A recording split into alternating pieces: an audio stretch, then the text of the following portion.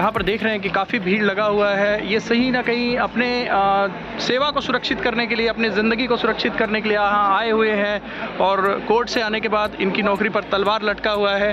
छत्तीसगढ़ की सरकार को वो रिपोर्ट देनी है, वो लिस्ट सौंपनी है जिनमें बीएड अभ्यर्थी जो सहायक शिक्षक के पद पर पदस्थ हैं, उनकी जगह डीएड अभ्यर्थियों के नाम दिए जाएंगे। वो नाम किसके होंगे, वो नाम कौन कौन होंगे जिनकी नौकरी जाने वाली है, वो सब कुछ 10 दिसंबर को पता चलेगा। हमारी भाषा में हमको पढ़ाने वाला कोई नहीं मिलता था, लेकिन आज हम उनकी भाषा में पढ़ा रहे हैं। आज ये पूरे शिक्षक जो 2897 शिक्षक है, सरगुजा का आदिवासी लैंग्वेज, बस्तर का आदिवासी लैंग्वेज में पढ़ा रहा है, चाहे वो गोड़ी हो, धुरवी हो, भतरी हो। और आज बच्चों को अगर हम हल्बी में भी बोलते हैं तो हमारे बच्चे अंग्रेजी में बोल पा रहे हैं। ये चाहते हैं कि इनकी नौकरी यानी कि सेवा समाप्त ना की जाए, इनकी नौकरी बचा ली जाए, इन्हें कहीं और एडजस्टमेंट कर दिया जाए। कुछ भी सरकार के पास कहीं ना कहीं विकल्प है, सरकार चाहे तो इनकी नौकरी बचा सकती है। हमारे जो जिलाधीश हैं, संभागीय जो आयुक्त है शिक्षा विभाग के, हमारे जिला शिक्षा अधिकारी, विकासखंड शिक्षा अधिकारी, प्रत्येक एक नागरिक भी अवगत हो चुका है कि हमारी नौकरी संकट में। मार्केट में भी पूछ रहे हैं कि आपकी नौकरी का क्या हो रहा है। तो कितने लोग हैं वहाँ पर? अनुसूचित जनजाति की कितने % है आपके साथ? कम से कम 70 से 80% होंगे। 70 से 80% आदिवासी लोग हैं जो टीचर हैं। बिल्कुल सर। अच्छा, मैं ज्यादा कुछ बोलना नहीं चाहता। दिमागी संतुलन बिल्कुल हमारा नहीं है सर। अब हम जगह जगह नहीं खड़े हो सकते। मैं मुख्यमंत्री जी से गुहार लगाना चाहता हूँ, किसी प्रकार से ऐसा रास्ता फिर से ना अपनाना पड़े लोगों को। क्या करे, पापी पेट का सवाल है। आजीविका के लिए इंसान कुछ भी करता है। एक नौकरी की कीमत क्या होती है साहब, ये उन लोगों से पूछिएगा जिनके घर में बीएड अभ्यर्थी हो और जो सहायक शिक्षक के पद पर अलग अलग जिलों में पोस्टेड हो। एक नौकरी की कीमत क्या होती साहब, आप उनसे पूछिएगा जिन्हें इंतजार है सुप्रीम कोर्ट के फैसले के बाद, जिन्हें इंतजार है हाई कोर्ट के फैसले के बाद उन डीएड अभ्यर्थियों को कि उनका नाम चयन सूची में कभी भी आ सकता है। मैं बात कर रहा हूं डीएड वर्सेस बीएड की लड़ाई जारी है और इस पर लगातार हम, चाहे वो डीएड वाले हो चाहे बीएड वाले हो, उन सब की बात कर रहे हैं जो अपनी बात हमें बता रहे हैं। लगातार भिलाई टाइम्स युवाओं की आवाज बनकर हमेशा से आगे रहा है और आगे भी युवाओं की बात हम करेंगे। आज जो विषय में हम बात करने वाले हैं ये है नौकरी का विषय है। नौकरी बहुत महत्वपूर्ण है और इसी नौकरी के बेस पर, इसी नौकरी के मुद्दे पर पिछले दिनों 2023 में भाजपा ने चुनाव लड़ा और छत्तीसगढ़ की चाबी यानी कि सत्ता की चाबी उन्हें मिली। और आज वही युवा रोड पर हैं, वही युवा सड़क पर अपनी बात कह रहे हैं, अपनी मांग कह रहे हैं। उन युवाओं को इंतजार है कि सरकार की ओर से इस विषय में कोई तो उनकी बात करे, कोई तो उनकी नौकरी बचा ले। दरअसल बीएड अभ्यर्थियों की हम बात करें, जो बीएड अभ्यर्थी सहायक शिक्षक के पद पर अलग अलग जिलों में पोस्टेड है, ये वो लोग हैं जिनकी नियुक्ति पिछले सरकार में यानी कि भूपेश बघेल की सरकार ने कर दी थी।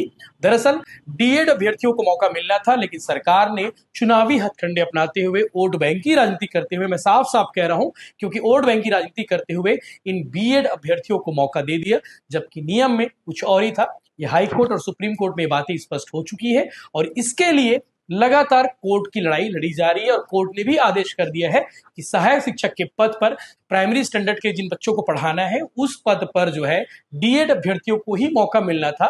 लेकिन सरकार ने, पिछली सरकार ने, भूपेश बघेल की सरकार ने बीएड अभ्यर्थियों को मौका दे दिया, नियुक्ति पत्र दे दिया, पोस्टिंग भी दे दी गई। पोस्टिंग देने के बाद अब 1 साल बाद इनकी नौकरी पर फिर से तलवार लटकी हुई है। 10 दिसंबर को इस पर कभी भी कुछ भी निर्णय आ सकता है। 10 दिसंबर को अगली सुनवाई होगी।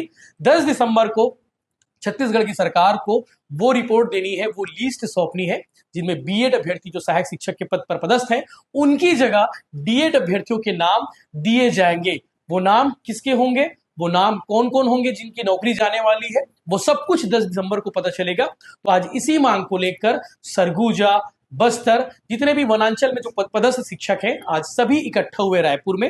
अनुसूचित जनजाति आयोग पहुंचे, पिछड़ा वर्ग आयोग पहुंचे, जहां अध्यक्ष भानु प्रताप सिंह से उन्होंने मुलाकात की। मुलाकात करने के बाद उन्होंने फिर से वही बात कही जो लगातार हर नेता के पास, हर अधिकारी के पास, हर पत्रकार के पास ये जाकर कह रहे हैं कि इनकी नौकरी बचा लो।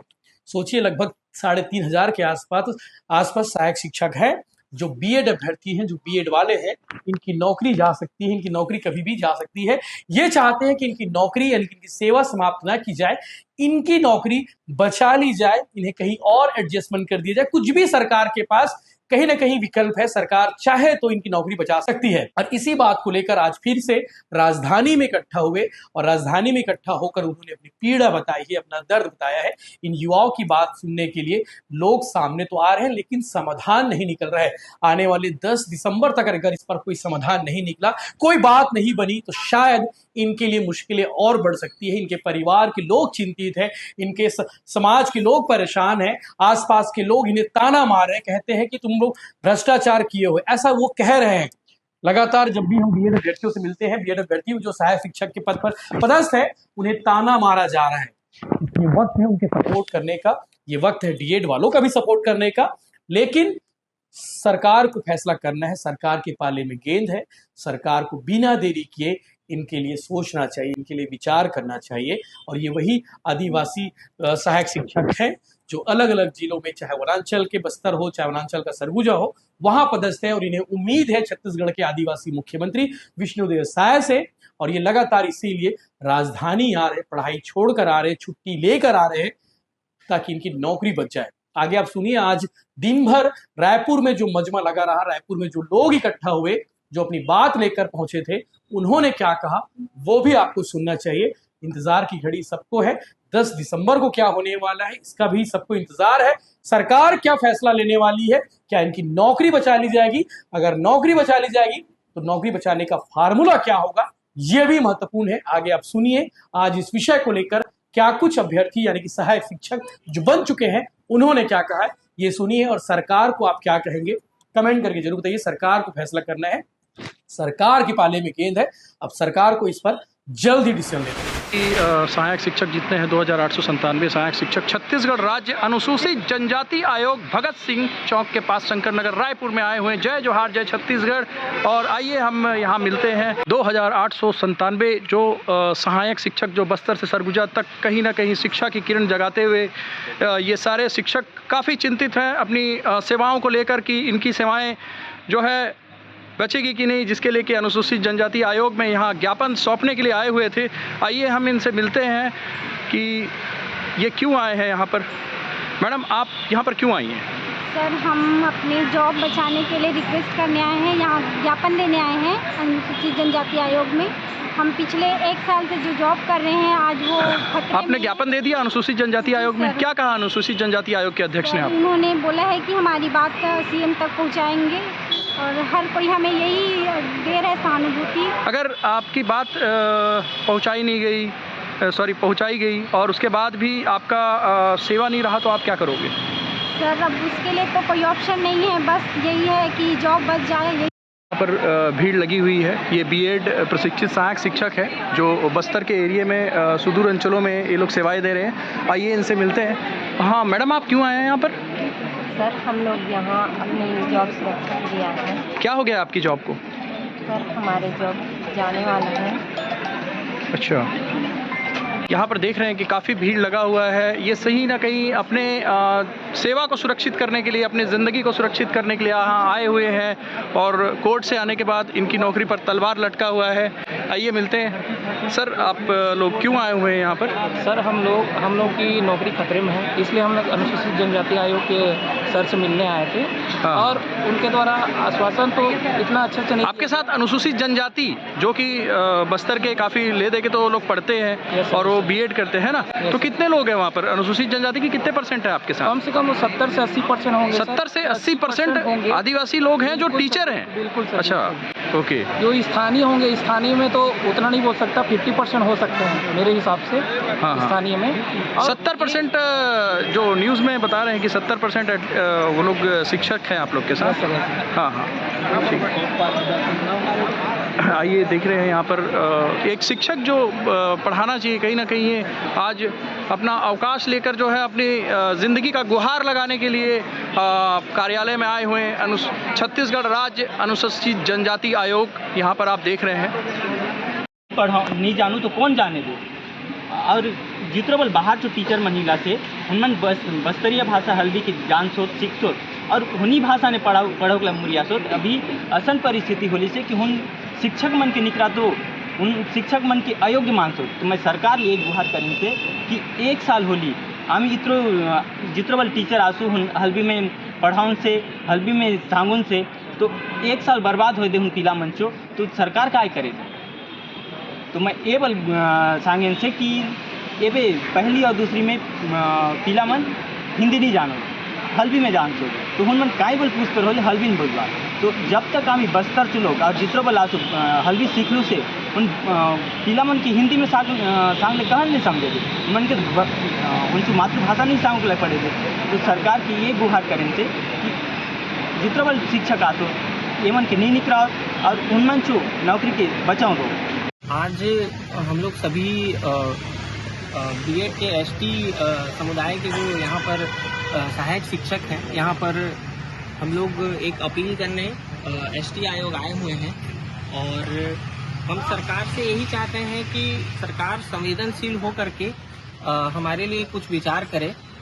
सुप्रीम कोर्ट का फैसला जो आया है उसको मानते हुए सरकार हमारे जो डीएड के भाई हैं उनके लिए भी कुछ व्यवस्था कर दे और हमारी नौकरी हमको हमारे जगह से ना निकाला जाए, क्योंकि सरकार आज ऐसी स्थिति है कि कई जगह देखा जाता है कि हमारे छत्तीसगढ़ जो है काफ़ी नक्सल प्रभावित है और उसमें कई नक्सली सरेंडर करके आते हैं। उनके लिए भी सरकार उनकी जीविका के लिए सोचती है और उनको किसी पद में सरकार के किसी पद में उनको दे देती है जिससे उनकी जीविका चलती रहे करके उनको मुख्य धारा में लाने की कोशिश कर रही है। और आज हम यहाँ युवा जो हैं इतने परेशान हैं, हमारी नौकरी जाने के कगार पे है, तो हम यही चाहते हैं सरकार से कि हमारे जो सरकार के मुखिया हैं वो भी आदिवासी समुदाय से आते हैं और हम लोग लगभग 1400 प्लस एसटी समुदाय के लोग यहाँ पर अपना सेवा दे रहे हैं हम लोग पिछले 1.5 साल से।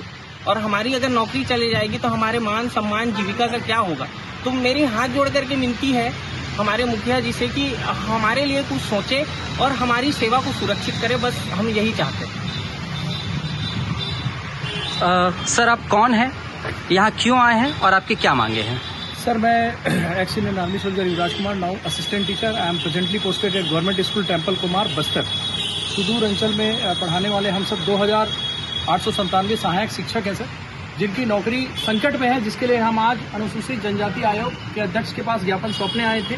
और हम यहाँ पर मुख्यमंत्री जी को यहाँ से अपनी प्रार्थना पहुँचाने आए थे कि हमारी जो समस्या है, हम जो टेंशन में है आज नौकरी के कारण, और हाल में ही हमारा जो हाई कोर्ट के जस्टिस नरेंद्र कुमार व्यास जी ने बोला भी था कि न्याय की पालन होना चाहिए और साथ में नौकरी से निकालना किसी चीज का सॉल्यूशन नहीं है और इनको भी समायोजित किया जाए इनके योग्यतानुसार, जिसके लिए प्रत्येक पहलू में छत्तीसगढ़ के जितने भी मंत्री हैं, हमारे जो जिलाधीश हैं, संभागीय जो आयुक्त है शिक्षा विभाग के, हमारे जिला शिक्षा अधिकारी, विकासखंड शिक्षा अधिकारी, प्रत्येक एक नागरिक भी अवगत हो चुका है कि हमारी नौकरी संकट में। मार्केट में भी पूछ रहे हैं कि आपकी नौकरी का क्या हो रहा है। बहुत शर्म लगता है सर जब कोई पूछता है कि आपकी नौकरी का क्या हो रहा है। हमें बताने में हम एक ही चीज कहते हैं कि हमारे मुखिया जो कि आदिवासी नेता है, मैं आदिवासी क्षेत्र से पढ़ा हूँ, बस्तर दंतेवाड़ा, उस समय बस्तर जिला हुआ करता था जब मैं पढ़ता था 99 में, तो अभी दंतेवाड़ा जिला से मैं वहां पर से पढ़ा लिखा हूं। उस समय हमारी भाषा में हमको पढ़ाने वाला कोई नहीं मिलता था, लेकिन आज हम उनकी भाषा में पढ़ा रहे हैं।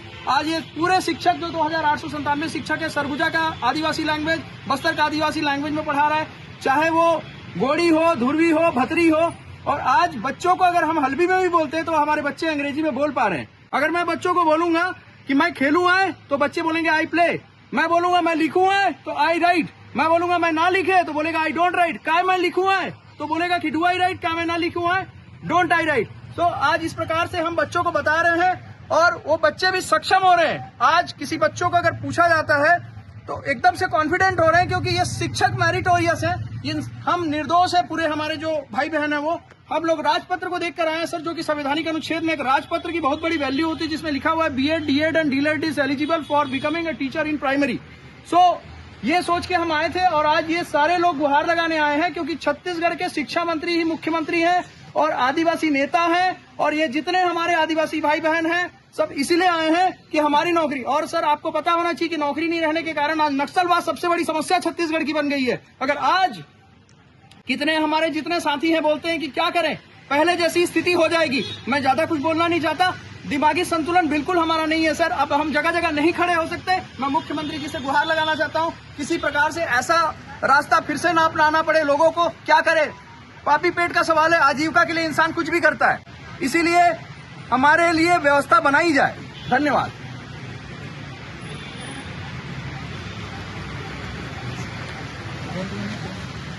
सर आप बताइए, आप यहाँ अनुसूचित जनजाति आयोग में क्यों आए हुए हैं? सर हम अपनी मांगों को लेकर आ रहे हैं। हम बीएडधारी सहायक शिक्षक हैं जो सरगुजा और बस्तर के सुदूर अंचलों में अपनी सेवा दे रहे हैं पिछले 15 महीनों से, और इस 15 महीनों में शिक्षा का स्तर दोनों ही जगह पे बहुत खासा सुधरा है। वो इन सब की वजह से आप देख सकते हैं, ये they are all BEd holders and merit holders teachers, जो कि पिछले 15 महीने से लगातार पढ़ा रहे हैं।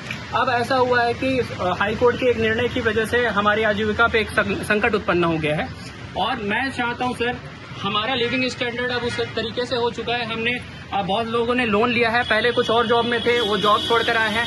कई लोग प्रिपरेशन कर रहे थे और वो प्रिपरेशन छोड़ के आए हैं। तो अब 1.5 साल के बाद वापस से उसी इंटेंसिटी के साथ न प्रिपरेशन कर पाना संभव है, ना ही एक नई जॉब पे फिर से हमको रीस्टार्ट करना पड़ेगा, जिससे हमारी आजीविका पे बुरी तरीके से एक संकट आ जाता है। तो हम अपनी मांगों को लेकर यहाँ उपस्थित हैं। हमारा अनुरोध है माननीय मुख्यमंत्री जी से और कंसर्न एवरी मिनिस्टर कि हमारी आजीविका को बचाए, हमारा जॉब सिक्योर करें।